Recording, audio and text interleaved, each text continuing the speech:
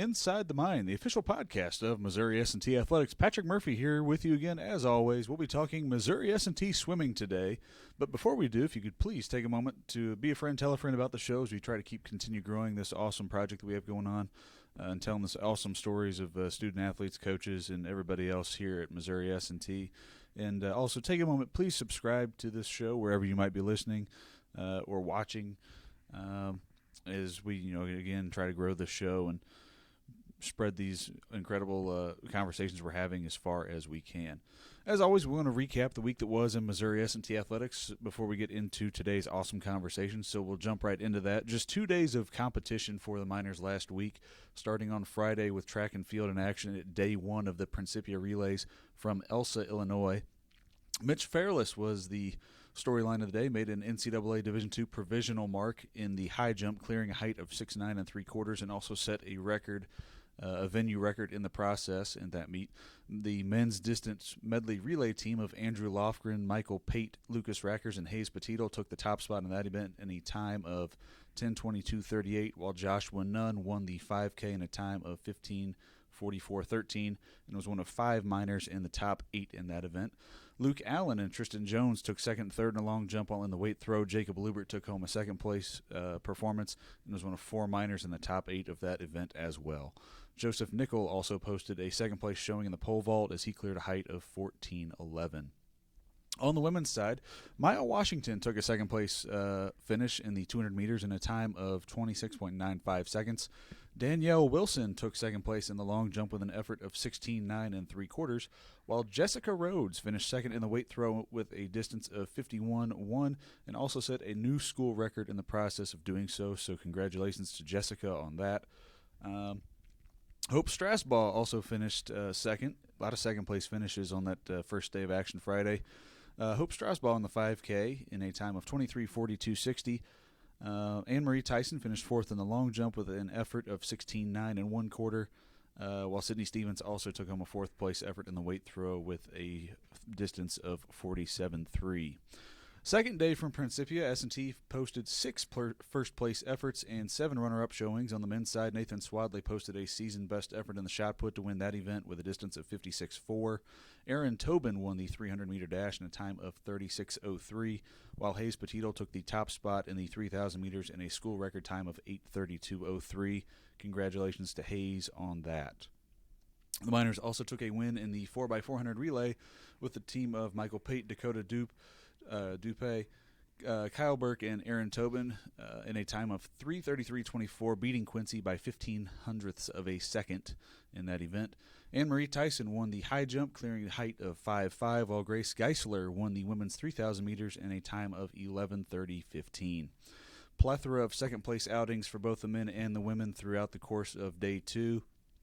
Nick Yankee finished second in the heptathlon, Luke Allen in the triple jump, Kyle Burke in the 60-meter hurdles, Tyler Marshart in the shot put, Michael Pate in the 300-meter dash, Emily Griesenauer in the women's 3,000 meters, Maya Washington in the 60-meter dash, along with several other top 5 and top 10 showings for track and field as they were back in action for the second time in the 2022 calendar year.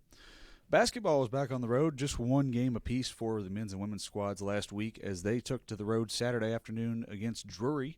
Kira Carter's club threw everything they had at the 4th-ranked Drury women and were able to close to within 4 in the final minutes of that game, but weren't quite able to pull off the upset as Drury picked up the 71-59 win.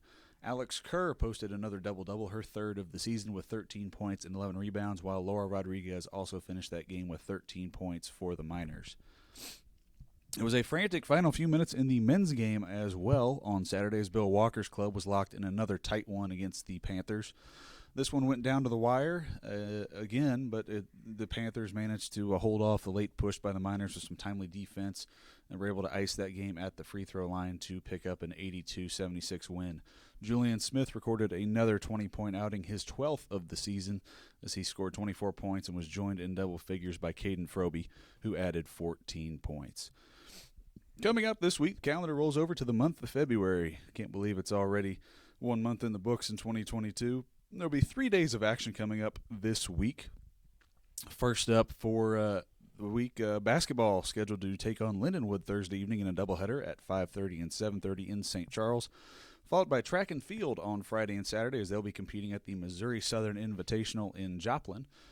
Basketball will be back in action Saturday again on the road at Maryville for another GLVC doubleheader scheduled for 1 and 3 p.m. So if you're in the St. Louis metropolitan area this week, be sure to try to cheer on the Miners over at Lindenwood and Maryville. If you can't make it in person, be sure to keep up to date with everything. MinerAthletics.com, the Miners social media channels at Miners_MBB, Miners_WBB, along with the track and field accounts, Miners_MXCTF, and Miners_WXCTF. There'll be live stats. Obviously, video will be available for both basketball games on the GLVC Sports Network. Also want to take a moment to congratulate Missouri S&T alum Tershawn Wharton on completing his second season in the NFL this weekend.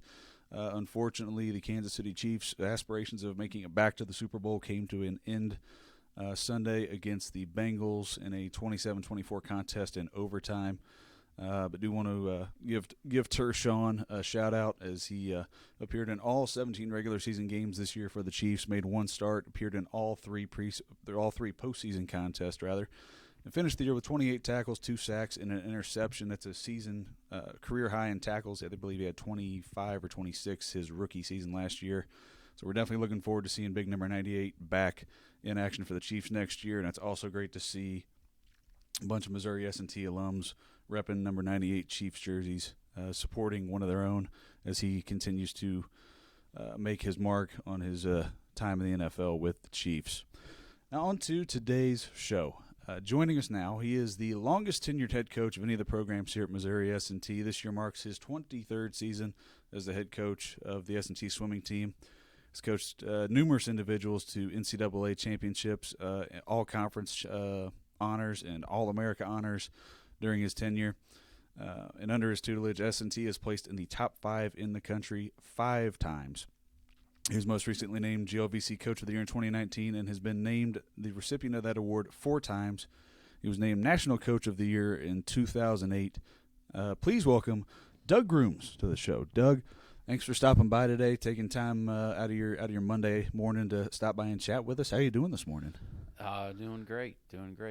Just anticipating this snowstorm we're getting ready to get dumped on Wednesday, Thursday, I guess. Yeah, no, I didn't realize it was supposed to snow again this week. Normally I'm pretty good about keeping up with the weather, but I've kind of lapsed and kind of keeping tabs with it since I've been back up here. I was talking with one of my friends who works at MoDOT last night, and they were telling me, said, yeah, man, I'm about to be behind the wheel of a snowplow probably like 12 hours a day, 3 days a week this week. And I was like, wait a minute, it's going to snow again? And they were like, yeah, it's supposed to be a big one. So we'll have to see how that affects travel plans and everything else and campus operations this week. So, again, thanks for stopping by this morning to chat with us. I know it doesn't seem all that long ago that we were just getting swim season underway, and now we've got the postseason coming up here in the next couple weeks. How do you think the team's performed from November to now, and has there been any individual performances that have really stood out to you so far this year? Well, swimming is a sport that's a little different than many. Obviously, we started training the end of August, start competing in early October, and it's more of a progressive, type of season where the competitions matter in October and November, but it's really the training process and competitions are part of that process to develop these guys. And we're gearing everything to be our best at the conference and national championships. So it's a long haul, it's a long process, and the last couple years have been challenging with all the COVID stuff, and so you've had to be willing to adapt and adjust to things that come up that, for 21 years, I guess, you didn't have to worry about those things very often. Sometimes you had to worry about the flu late in the season, but this has just been a very different time. But it's definitely taught us that you have to be ready to adapt and make changes, and we've been forced to do that this year. But it was a pretty normal fall We got to go on our training trip in January, which is a big part of our preparation for the upcoming championship season. So it's going very well. Had a little practice on Friday afternoon that saw some great things happen. That kind of a little sneak preview, of what we hope for in another week. We leave for conference next Monday, so it's here. It just seems like we just started, but we're a week away from some getting ready to see what we've accomplished. For sure. I said I didn't, the last two places I was at, we didn't have swimming. So the last time I was around it was when I was, here as a student. And I think I didn't realize it then just how fast the season goes, but it sails by once you start getting into it. It, I would say the grind is October, November. But once you get to Thanksgiving, it kind of breaks it up a lot. We had a really heavy training block through October and early November. We went to the Mizzou Invite right before Thanksgiving, and gave the guys a couple of days rest and saw some really good things. Then we get a little time off at Thanksgiving. We come back, train a little bit. We have finals. We have Christmas break. So the season kind of gets broken up a little bit at that point. So it does go a little faster. But now's the real exciting time for us, for the guys to see the hard work they've put in pay off, and the same for me. I mean, this is the part of the season that every coach looks forward to, is to see, how we've done and how, it's kind of where we're evaluated on our success is the athlete development. And if we get that, we'll probably do pretty well at the GLVCs. Talking about the GLVCs, last year your team posted a fifth place outing at the conference meet. How is this group this season looking to give those teams that finished ahead of you in Indianapolis and Drury and Lindenwood and McKendree a run for their money and move up in that top five and possibly take home a team title this year? Well, currently Indianapolis is number 1 in the country. Drury's 3, McKendree's 5, and Lindenwood's 6. So we have our work cut out for us. Would be an understatement. When 4 of the top teams in the conference are in the top 5 or 6 in the country, it is very challenging. Can we move up? I sure hope so. We've got predominantly the same team back from last year. Of course, everybody else does too. When they granted that extra year of eligibility to everybody, those top 4 teams didn't lose anybody either. So we'll have our hands full, but it's not all about winning the championship. If it's in the cards, it's in the cards. If it's not, it's not. They have a lot of talent, and it's hard to overcome sometimes the amount of talent that some of these schools have, and the international kids are. Swimming is a very international sport at the national level. We swam Drury last weekend, and in the final event, the 200 free relay, the 4 swimmers that they put up, they list on the heat sheet their names and their age. They were led off by a 26-year-old, followed up by a 24-year-old. Then they had a youthful 22-year-old, and the anchor was 25. So it's a little different ball game, but it's we're more traditional high school kids. Yeah. We have a few internationals sprinkled into our roster, but they came directly out of high school. They're not 25-year-old sophomores. So we're just a little different program than some of the top ones in the conference are, and that's okay. We know it's a tough battle. We don't shy away from it. We'll show up next week, and we will race, and we will do extremely well. And whether we're 4th, 5th, 6th, maybe we could move up 2nd or 3rd. Time will tell, but we will do what we can, and whatever happens, happens. Yeah, no, that's absolutely true. You can only control what you can control, and we look forward to following along next week and seeing how the team does. You mentioned the international aspect of swimming and how it kind of plays more of a role in your sport, maybe more so than others. Soccer, there's always more of kind of an international presence as well. But how does the recruiting work as far as getting international athletes in here to compete? Like Well, how different is that compared to say getting a high school kid from Kansas City or somewhere? obviously, for me, we're going to start recruiting in our area, in our sectional. Missouri, Kansas, Oklahoma, Illinois, Arkansas. We're going to start there because that's the kids that I can generally be more aware of that are out there. Um, the international thing is, whether it's a recruiting services or just the individuals reaching out. You time in swimming, times tell a lot, and once you can confirm that, the field of kids that I can recruit internationally shrinks so great because honestly, if they're not interested in engineering, I don't show a ton of interest because that's our niche, and it's the same with American kids. But not a ton of them want to be engineers and have the test scores and the TOEFL. The TOEFL is the English competency exam scores to come to school here, and on top of that, they have to be willing to pay. We don't give full rides or even anything remotely close to that in swimming, so there's a financial part of it. So we're different in those top schools in our conference are all private schools, so the recruiting is a little different than what we go through. But it's harder to get a true evaluation on them because obviously you're not going to see them swim in person. I try to see every kid that we sign swim in person if at all possible. So it's a different evaluation process, and then of course a different recruitment as well. Real insightful, right there. Kind of, I learned something right there. Just never really, obviously, being around baseball here, it's not really a lot of international students playing that, but kind of hearing how that whole process works, that's pretty interesting, and then just hearing just kind of how different that is, and kind of what you look for and everything else. You've been at Missouri S&T now for close to 30 years. Spent some time as an assistant coach before you stepped into the big chair.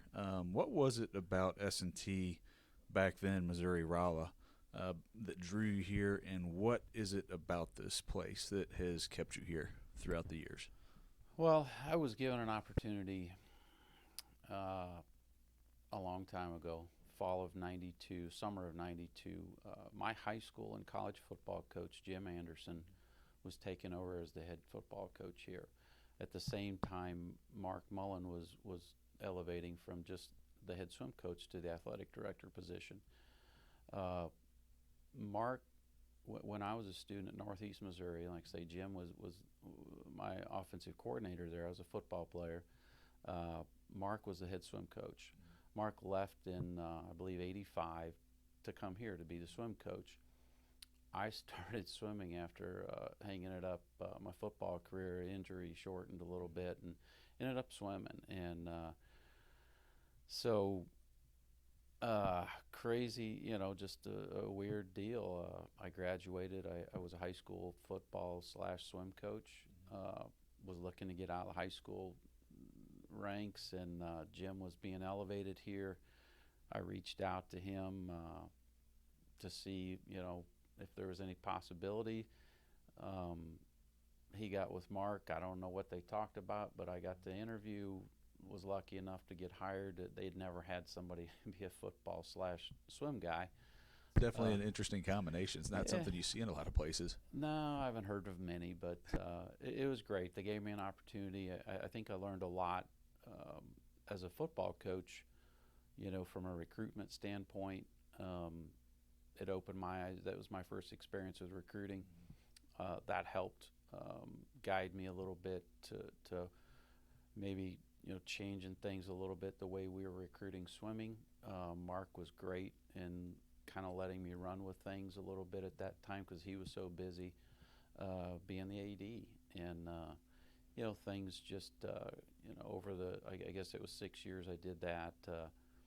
Luckily, Mark felt like he could turn the swim program over to me, and I've loved it. And my wife is a graduate of here. She got a job here, not straight out of school. She worked in St. Louis for a few years, then came back to Rolla in '01, I think, working at Brewer. She's got a great job. Just never had any desire to leave, so they haven't run me out yet.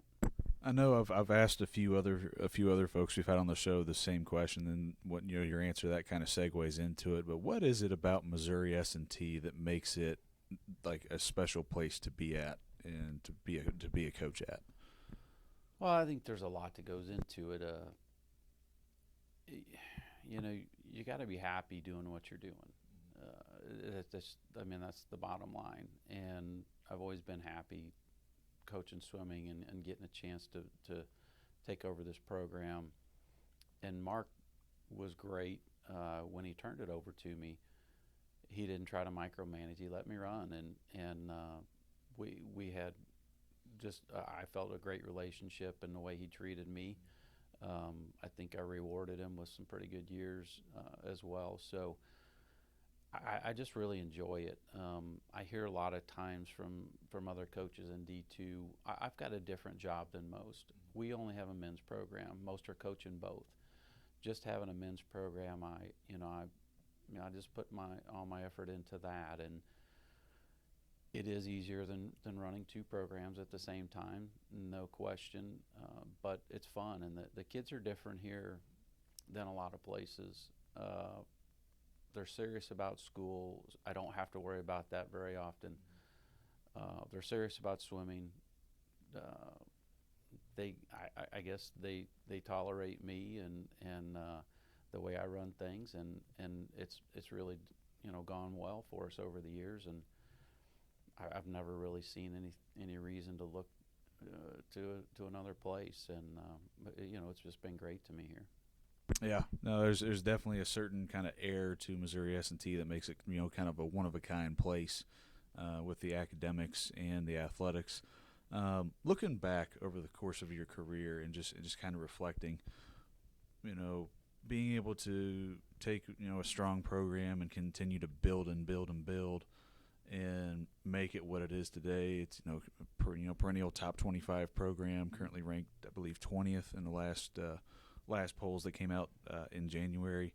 What does it mean to be able to look back and celebrate all those team successes and individual successes with alumni and with the current guys, and being able to have that tradition of you go look up on the wall upstairs and just the list of all Americans, and what does all that mean to you?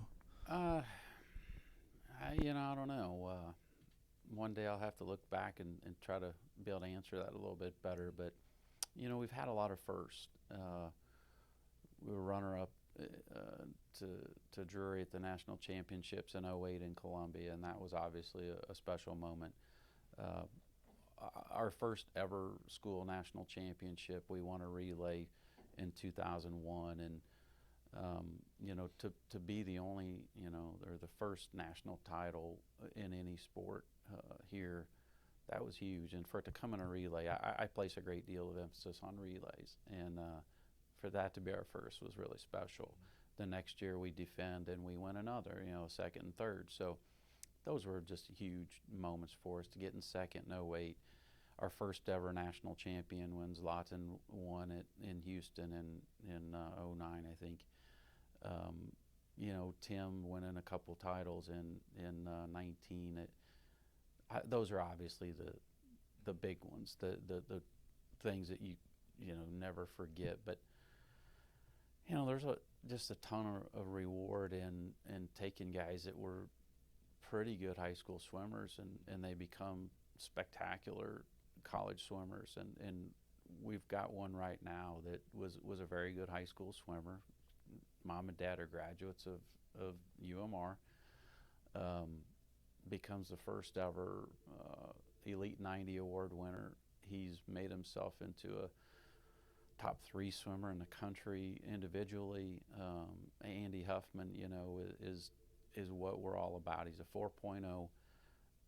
Like I say, mom and dad went to school here. It was easier to recruit him because of that. But he's just such a great example of what we want to embody with our team. Great student. He has become a tremendous athlete, and he deserves everything that he's getting, all these accolades, and that's really fun. And he was good, but he wasn't great. but he's become great, and that's really fun to watch that process. When you get guys like that buy into what the culture of the program is and development, and then again just being able to see them progress over the course of their careers, I'm sure that's got to be especially rewarding for you as a coach. Well, it is. I mean, that's the most rewarding part. We get to see him grow up in ways other than swimming achievement too, and that's really really satisfying. But swimming's measurable, and we hope that every single kid that comes into our program goes through that process and leaves feeling like they achieved everything that they could. And most of the time we're very successful with that. Not every one pans out perfectly, unfortunately, but we try to develop. And like I said early, beginning in the show, the season, the length of the season, it's all about development, and we do get to measure it through times, and it's really fun, and that's the rewarding part to me, is just to see the development. And development brings happiness. There's no Sure. End of the year, if you swim really fast, everybody's happy. Oh, yeah. And that's what we want. So we have a lot of fun at conference. We traditionally are known as the team that's having more fun than everybody else because we're swimming fast, and the adrenaline, the ball just gets rolling, and our kids just feed off of that. Oh, yeah. And it's really fun. John has been to a few conference meets, Mm-hmm. and he's seen it, and of course Mark was a part of that, and it's really fun, the excitement, and it goes for 4 days, and that's where we keep bringing it. Day 2, day 3, day 4, we just get out of bed, and we just want to be the team that brings it. And a week from now, we're going to find out if we're ready to go or not. The walking electric factory that is the Missouri S&T swim team. Love that. Gonna take a trip back in time here. Two-sport athlete, you said, back at Northeast Missouri State, now Truman State. Mm-hmm. What position did you play when you were playing in football? And then was that going to be like the ticket through college? I mean, I know you said you picked up swimming due to injuries and stuff, but like was like swimming something you did as well coming up and everything? Just kind of talk us through your time as a student athlete. Well, I was an age group swimmer, pretty good age group swimmer, but I did everything. Played football, played basketball, ran track.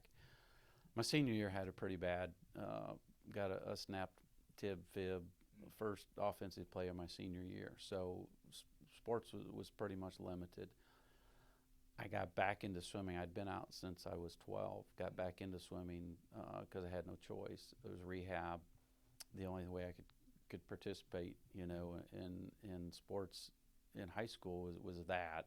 Had a second surgery in the spring of my senior year in Northeast. So my senior year, our head coach was Jim Anderson. He left, took the offensive coordinator job at Northeast, and they offered me an opportunity, and I came to Kirksville. Unfortunately, I was still injured, had another surgery in the fall of my freshman year, and really figured out after the sophomore year, football kind of wasn't going to be it. It wasn't going to happen. And I was in a swimming class, and the swim coach said, have you swam before? And I said, well, yeah, but I wasn't any good. And he said, no, you're good. Why don't you give it a thought and swim for us? Well, one thing led to another, and I thought I was going to be a football coach, and by the time I graduated, I really liked swimming. I really liked the fact that there weren't a lot of people that were going to graduate every year and go into becoming a swim coach versus a football coach. Fortunately for me, my first job, they were looking for somebody that could coach both, and my resume was, at least I had a background in the two, and Hastings High School in Hastings, Nebraska hired me, and I was the head swim coach and just assistant football coach, and it got me started. And like I said, Mark and Jim gave me an opportunity here, and never looked back. That's awesome to hear. It's hearing those journeys is always kind of a neat neat little wrinkle to just how everybody kind of got to where they are and what they went through to get there. We'll go ahead and wrap things up with a fun question here at the end of this. If you're going to go out on the town one night here in Rolla, what's your go-to place for going out to eat at? Oh, no question. We're going to Sybil's over in St. James. My wife's favorite restaurant. We just had my youngest daughter's birthday dinner there last Saturday night. Sybil's, it's a unique place, just a beautiful place, great setting. She does a great job. The food's always fantastic, so that's the one. I've heard a lot of good things about Sybil's, and I almost completely kind of forgot about it because they said it's in St. James. And I've been. This is my 7th year here. As either as a student or a staff, and I've never made it there. So I feel like I probably need to change that at some point, right? Just know that you're going to go for a great dinner, and it's a nice, very relaxing atmosphere. Great meal. You won't regret it. Good stuff. Well, Doug, thanks again so much for taking time out of your Monday morning to stop by and chat with us. Appreciate the conversation. Great conversation. And good luck next week at the GLVC Championships, and good luck after that once we get into NCAA season. You bet. Thanks for having me, and we hope to put up some great stuff next week in middle of March as well at NCAAs. Awesome. That's Doug Grooms, head swimming coach here at Missouri S&T. We're going to step aside, take a short break, and be back with our next guest here on this episode of Inside the Mine.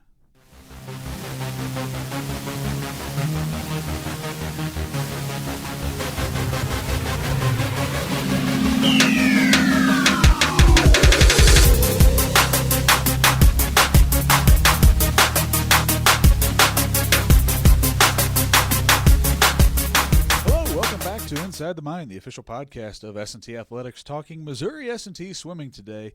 Joining us now is a senior from Lee Summit, Missouri, and is a former GLVC Freshman of the Year honoree. He is a multi-time GLVC champion, a multi-time All-American, a COSIDA first-team academic All-American, and was the recipient of the GLVC's Brother James Gaffney Distinguished Scholar Award and an All-GLVC academic honoree last spring. He was a Missouri S&T's first ever recipient of the NCAA Elite 90 Award this past year. Please welcome Andy Huffman to the show. Andy, thanks for stopping by, taking time out of your Monday to chat with us. I know it's been a busy start to the semester with classes getting back and swimming season resuming, but appreciate you stopping by to have a chat with us today.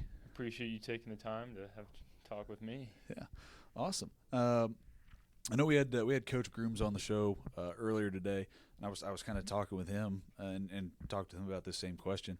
Doesn't seem like we're in the postseason already. It seems like just yesterday we were getting the season underway, but here we are looking at GLVC meet coming up next week and the NCAAs after that. How do you think, just looking back, how's the season going? Looking at it from a team perspective, and how do you think your season's going from an individual perspective? Yeah, starting out with the team perspective, I think the team's done really well. Our mid-season meet in November, we weren't shaved or tapered. I think we threw down some really impressive times. I think overall as a team, we're going to show up to conference, drop a lot of time, and surprise quite a few people. And then individually, it's kind of the same story. I haven't been on my best times in season, but I think that goes because we've been training so much harder as a team, hitting the weight room harder. And so I think come the conference championships, I think I should be swimming pretty fast along with the rest of the team. That's awesome. We'll be looking forward to following along next week. And, you're saying you're not putting up some of your best times, but you've still been performing very well in all the action so far this season. Yeah, when it comes down to the dual meets, it's us and the team as a whole have just been racing. We haven't been putting up great times, but we've been practicing great finishes, out-touching quite a few times, and just doing everything we can to prepare for the conference and nationals, looking ahead. Yeah, if you're telling me now some of these times you've been putting up aren't your best, and with how much success you guys have been having this year, I think everybody else should be concerned about what your best actually is. I know in the intro we listed kind of an abbreviated list of your accolades. We, if we went through the whole list, we'd still be going. But very long, very distinguished list of what you've accomplished since you've been a minor. Did you know that when you came into the program as a freshman that you would have the amount of success and achieve everything you've been able to achieve? Absolutely not. I came into the program, as coach would put it, my freshman year, mid-score, maybe a couple A finals, but I worked really hard with coach. He took a lot of time, worked on technique, kind of started from square one, built my backstroke, built my freestyle up from the ground, and then I had no idea that I'd come to conference my freshman year, win 3 events. I almost didn't even swim the 2IM my freshman year because that wasn't one of my strong events in high school, so no, could not have imagined it being the way it has been.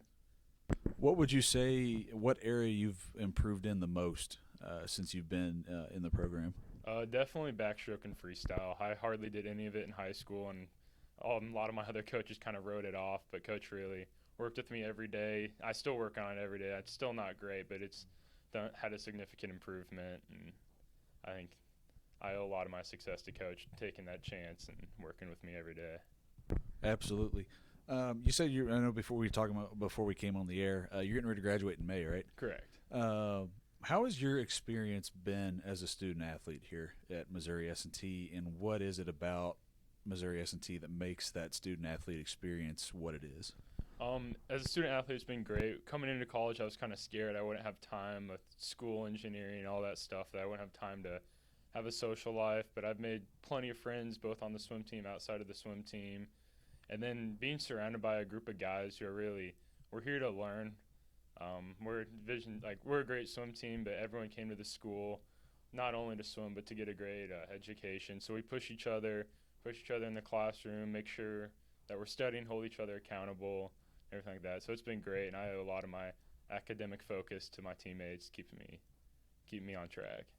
Yeah, and that's one thing that I know with when I was here as a student and being a part of the baseball team is guys holding each other accountable, not just in the arena of competition, but also everybody holding each other accountable in the classroom as well, just because of what it does mean to be a student athlete here and the academic prestige of this school. And you're an engineering management major, right? Correct. What was it about E-Man that you decided, hey, this is what I want to study? And were you looking at any other places to maybe go study that at? Were you I know your parents both went to school here. When did you know that you were gonna go be a Missouri S&T minor, or how did you come to that decision? So it started out pretty much since beginning of my high school career. I knew I wanted to be an industrial engineer / engineering manager, and we don't have a sole industrial engineering program here. It's E-Man and industrial engineering, and so I knew that, and I was looking at other schools, all their industrial engineering programs, but my dad was an E-Man here, industrial engineer, and just seeing his work, talking to him what he did day to day, it sounded really exciting, and I really liked the whole improving systems and being able to prove that you made something better and saved a company money. And then, like you said, both my parents went here, so I knew the value that a degree from this program has outside of even Missouri. Like I have, my dad has friends across the country that recognize it, and then even on LinkedIn, I'll get recruiters reaching out to me, being like, "Hey, I see you're graduating in May. Do you have a job lined up?" And I'm like, "Sadly, yes." But it was a pretty easy decision once I really looked into it. Sure. Yeah. No, it's a degree from here. Carries a lot of weight. Especially the engineering degrees. Especially the opportunities that are just presented here. You got the career fair twice a year. Were you able to take advantage of summer internships and everything, or co-ops or anything, or was it just were you kind of limited by swimming, or how did that kind of affect your or how did swimming and your professional development kind of relate to one another? Yeah, so to start off, one of the main reasons I came here is I was talking to Coach Grooms, and then along with a couple other Big Ten D1 schools coming out of high school, and Coach was like, "I don't require you to be here over the summer. We encourage you guys to take internships." So then the summer after my freshman year, I had one internship, and then I had another one lined up the summer of COVID, but that got canceled. Then this previous summer, I took a different internship, and that's what actually led me to getting my full-time job.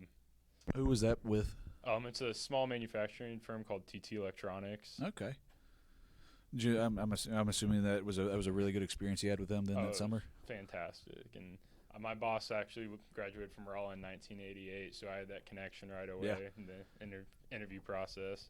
That's the one thing that, obviously, you come back to you go to the career fair every year. There's always S&T alums who are recruiters, and a lot of places you're going to go work at.